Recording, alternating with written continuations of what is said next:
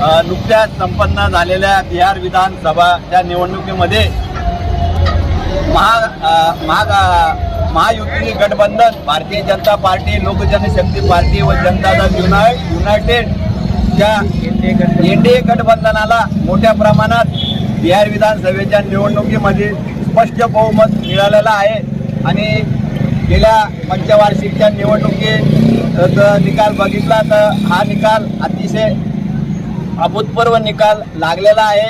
NDA पक्षातला प्रमुख असा घटक पक्ष असलेला आमचा लोक जनशक्ती पार्टी रामविलास, सन्माननीय केंद्रीय मंत्री, राष्ट्रीय अध्यक्ष माननीय चिराग भैया पासवान यांच्या नेतृत्वामध्ये एनडीए गठबंधनातून 29 जागेवर विधान परिषदेची उमेदवारी करण्याची संधी लोक जनशक्ती पार्टी रामविलास यांना मिळाले होते, परंतु काही कारणास्तव 2 जागेवरचे नॉमिनेशन कॅन्सल झाल्याने 27 जागेवर लोक जनशक्ती पार्टी रामविलास पासवान यांनी मैत्रीपूर्व लढतीमध्ये नुकत्याच संपन्न झालेल्या निवडणुकीच्या निकालामध्ये एकूण 23 जागेवर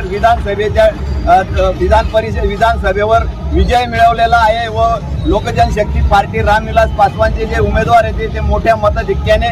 निवडून आलेले आहे। गेल्या पंचवार्षिकमध्ये लोक जनशक्ती पार्टी रामविलास चिराग पासवान साहेबांनी स्वबळावर 243 जागा लढवलेल्या होत्या। त्या 243 जागा लढवल्यामुळे एनडीए गठबंधनला मोठ्या प्रमाणात फटका बसलेला होता। हे त्यांनी आज आपल्या काही मीडियाच्या बांधवांना मीडिया चॅनलद्वारे बोलून दाखवलं की 2020च्या निवडणुकीमध्ये चिराग पासवान साहेब सोबत राहिले असते तर तेव्हा देखील असेच अभूतपूर्व यश मिळाले असते। हे केंद्रीय नेतृत्वाने मान्य केलेलं आहे। आज आपल्याला सांगू इच्छितो या आपल्या चॅनला मार्फत का चिराग पासवान साहेब हे देशाचे भवितव्य आहे आणि चिराग पासवान शिवाय या देशाचं राजकारण चालू शकत नाही। हे आज चिराग पासवान साहेबांनी बिहार विधानसभेच्या निवडणुकीमध्ये 23 जागा जिंकून हे पूर्ण भारताच्या राजकारणाला दाखवून दिले की चिराग पासवान ये भी शेर का बेटा है, रामविलास पासवान का बेटा है, धरती गुंजे आसमान रामविलास